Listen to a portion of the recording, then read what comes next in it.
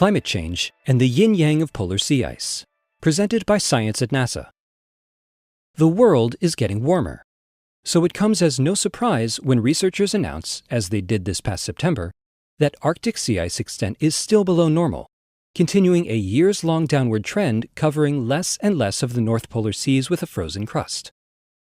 On the heels of that announcement came another, a little more puzzling. While Arctic sea ice was melting, Antarctic sea ice was at an all-time high.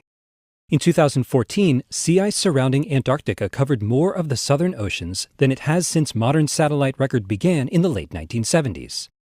Is this also a sign of global warming?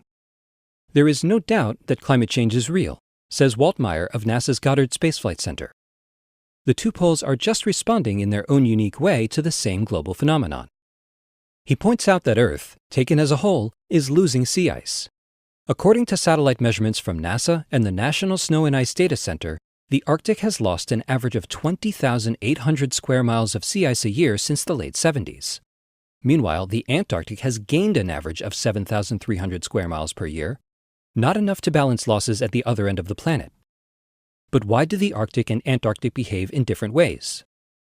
The increase we've seen in Antarctic sea ice is a little bit of a mystery, allows Meyer. We're still trying to figure out how a warmer global climate leads to these regional increases in ice cover. The culprit could be weather. Climate change is altering weather patterns around the planet, and one of those changes is an increase in windiness around the continent of Antarctica. Cold air blows from the ice-covered continent out over the sea, freezing the waters and pushing sea ice outward to cover record-setting areas. That's one theory, says Meyer. I think that winds are definitely playing a substantial role. But other factors could be at work too. For instance, he points out that glaciers melting around the edges of the continent could, ironically, produce more ice in the surrounding ocean. Fresh meltwater from glaciers is easier to freeze than briny seawater, he explains.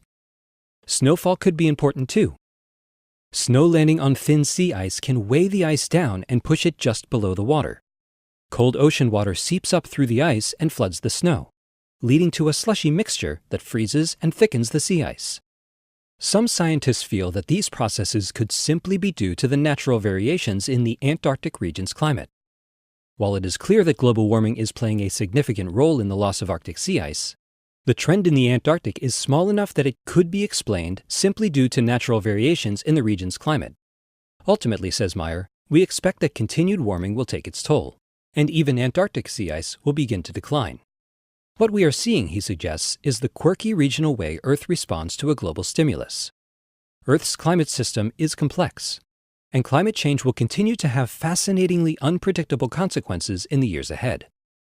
For more news about the side effects of climate change, at the ends of the Earth and all points in between, stay tuned to science.nasa.gov.